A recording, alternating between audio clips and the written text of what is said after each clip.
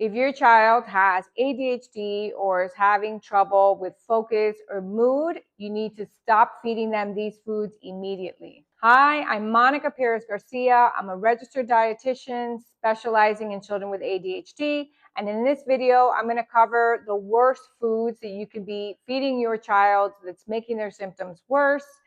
But before I continue, please subscribe to my channel to receive the latest updates. And so let's keep going.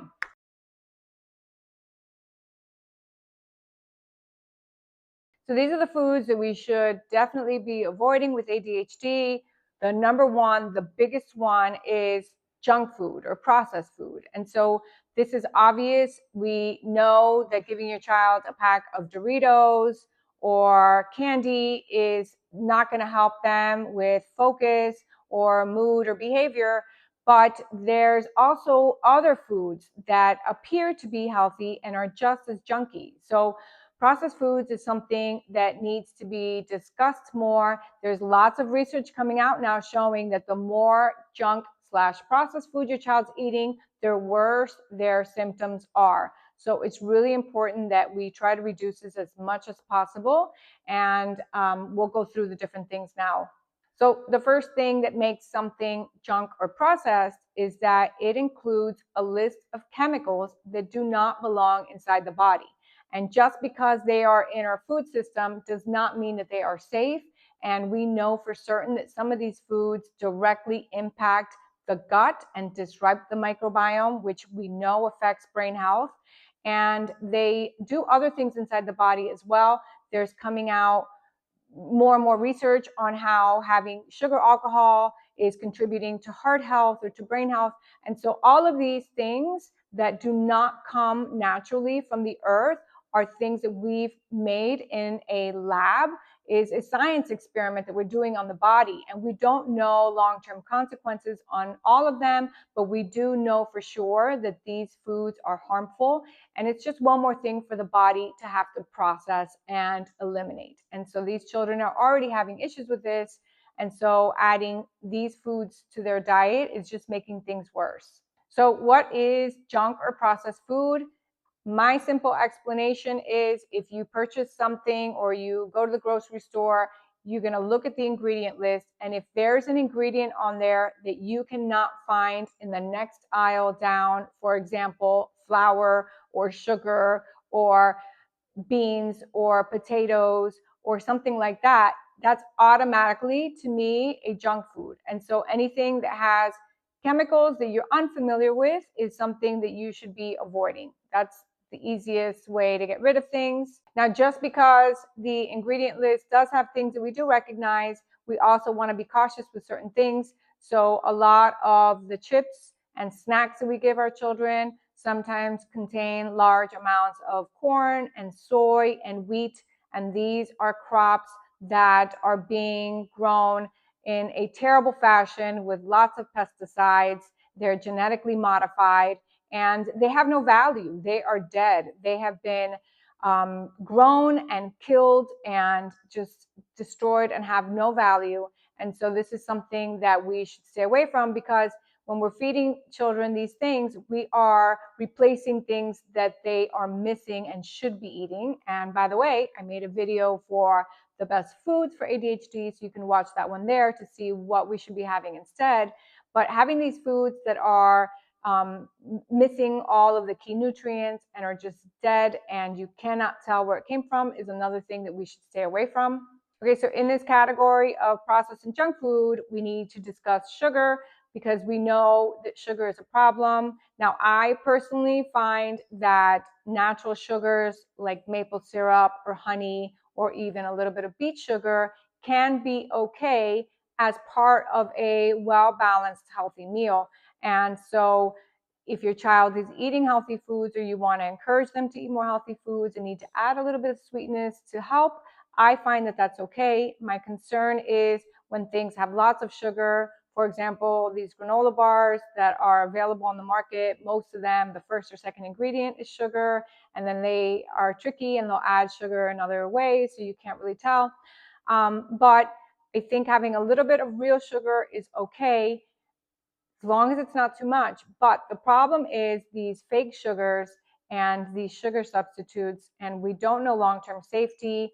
There are studies coming out about possible issues with one of the common sugar alcohols, which is what they add to sugar-free foods.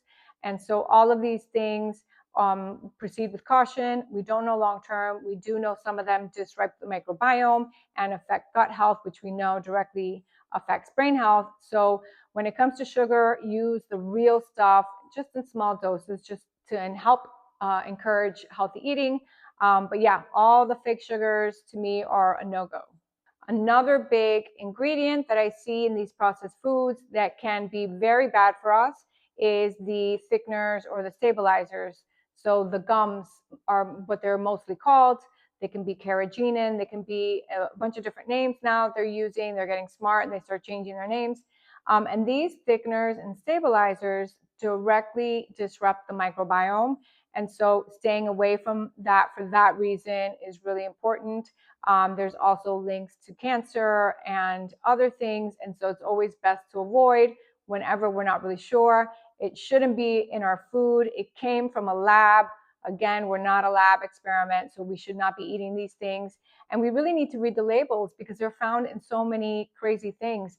For example, Gatorade just promoted a new product where it says big on the label, no artificial colors or flavors or sugar, I think, and natural flavors instead, which natural flavors can mean anything. To me, they're just as bad as artificial flavors. But they also added a thickener or stabilizer to it. And so I'm not sure why they need to add this to a drink. To me, it is a problem and should be avoided. So if we go back to reading the label, we don't recognize it, put it back type of thing. But these thickeners and gums are one of the reasons why. And so that leads me into my next category, which are all the artificial sodas and drinks, and sorry Starbucks, but all of these refreshers and stuff that the kids love, mine included. These are terrible. Aside from the fact that they are contributing to obesity because they have a bunch of empty calories and tons of sugar and all kinds of chemicals that we just talked about, they have no value, and they are not only causing our children to become fat, but they are causing insulin to go up. This is causing inflammation in the brain, and so these should be avoided. Now, if your child does like to drink something with a little bit of flavor, I'm all for it, but it should be things that are beneficial. So some of the things that they can have instead is a fermented drink, which is my new thing lately. So ginger bug, not sure if you've heard of it, but that is a soda that you ferment at home, made with real ingredients, and you can use real fruit. There's even some made with beets. So this is something fun to do at home, which is fermented, so we know it's great for the gut, and it can be something fun that they can do and enjoy at home. I don't want to take enjoyment away from these kids, but these drinks with all of these artificial ingredients to them. And by the way, drinking from a can also is not great because we do know that we are ingesting part of that can into the body. So making soda at home or a fresh pressed juice, orange juice that we spoke about in my last video on how it has tons of potassium. I think those things can be beneficial, but all of these drinks from Dunkin' Donuts and Starbucks, they're so thumbs down and hurting our children. But we can make something healthier at home, and I think our children should still enjoy stuff. So another food category that we should be cautious with is non-organic food or foods that were not raised ethically. I do understand that this is challenging at times to do, both financially and what's available. And so there's things that we can do about that. For example, the Environmental Working Group has, it's ewg.org, by the way. They have these little cheat sheets that show you which are the fruits and veggies that you need to absolutely purchase organic when possible, because they are heavily sprayed with pesticides if they're grown conventionally. And then there's those fruits and veggies that don't really make a difference. And so that way you can sort of, spend your pennies wisely and just focus on the things that are the most important. But purchasing foods that are organic are beneficial because of the way that they're grown and because they're not genetically modified, which we don't know about long-term effects on those, and they're not sprayed with these chemicals. These chemicals we do know are going inside our precious gut and our microbiome, and the bacteria that we need to thrive is being hurt by these chemicals that are sprayed on the foods. So this is why it's really important to purchase organic when possible. So the last category I wanted to speak about are the common allergens for some kids.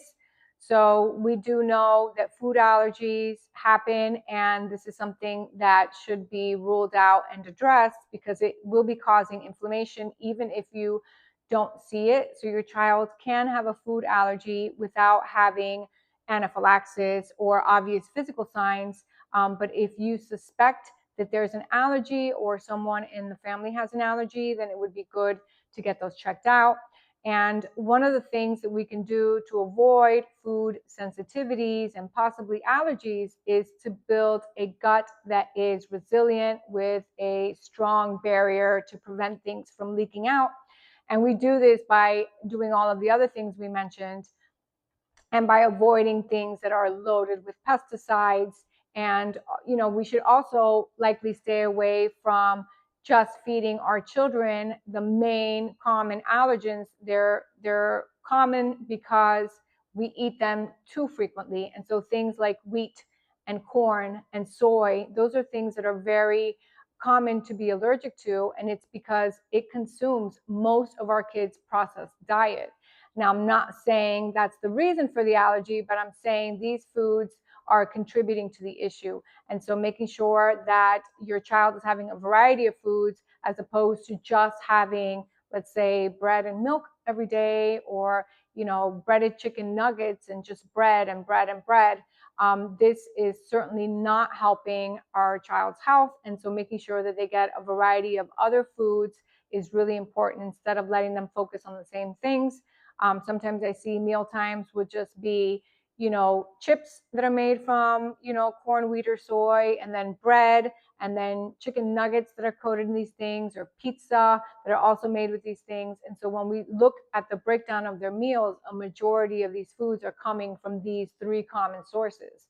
And so we want to make sure that that's not the only thing that they're eating, and that they are having a variety of other different things. So variety is key, and making sure we're eating from the best foods for ADHD, like I said in my other video. So these are the things that I recommend you reduce or avoid when possible. We do know they have effects on our children's brain, and it affects their mood and their focus and their behavior, which is what we want to reduce naturally. So stay away from these foods when you can, buy organic when you can as well, and subscribe to my channel so you can see any new videos that come up.